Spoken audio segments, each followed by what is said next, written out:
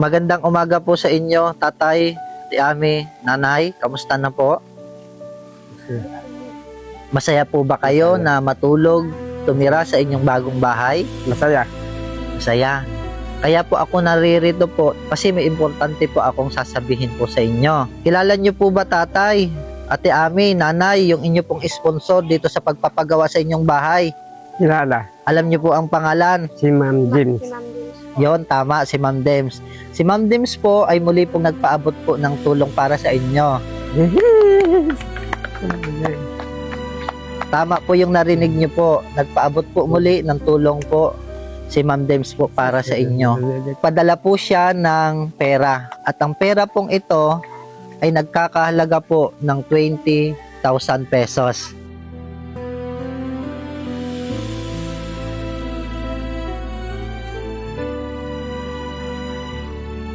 O, bilangin natin. O, Ate Ami. Lang mo.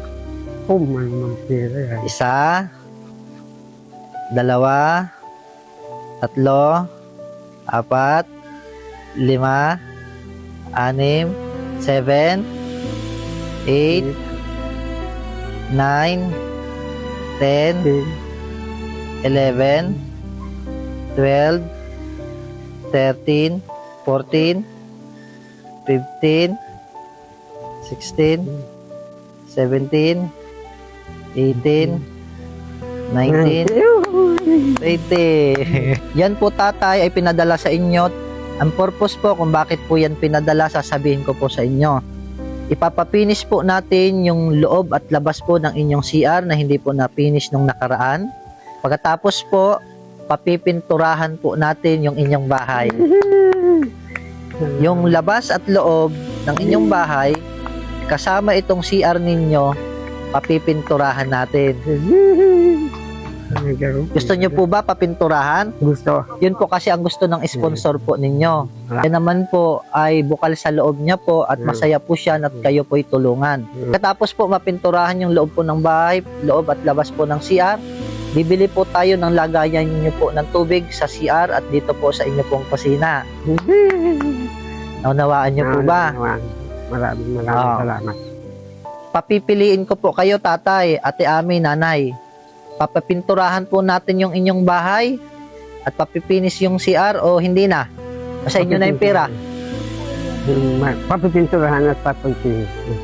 Yun ang gusto niyo. Oo, yun namin gusto. Ikaw, Ate Ami, gusto nyo, hawakan nyo na yung pera. Kayo nang bahala dyan o huwag na natin papinturahan. Papinis ang inyong CR.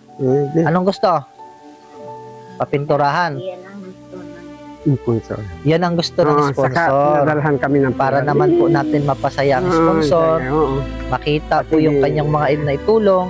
At dyan po napupunta sa inyong bahay. Ano? Sige, salamat. Maraming salamat sa kanya. At nagpadala siya ng mga tumulong ang aming bahay. Ang pagpalain pa siya ng Panginoon. Itatanong ako sa iyo, Ate Ami.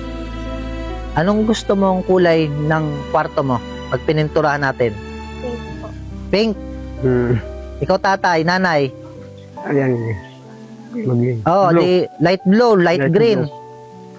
Ako nang bahala para sa inyo. Sige. Ano? Ako nang bahala. Sige. Basta't kay Ami kulay pink. Ah, sige. Maraming salamat kay Ma'am James at napakabait sa amin. Ang mas maganda, tatay, may pintura o wala? Ayan, maganda may pintura. May pintura. Oo, ang bahay. Oo. Maraming salamat. Ganong kayo kasaya? Ay, masaya talaga. Oo. Hindi masaya. Masaya.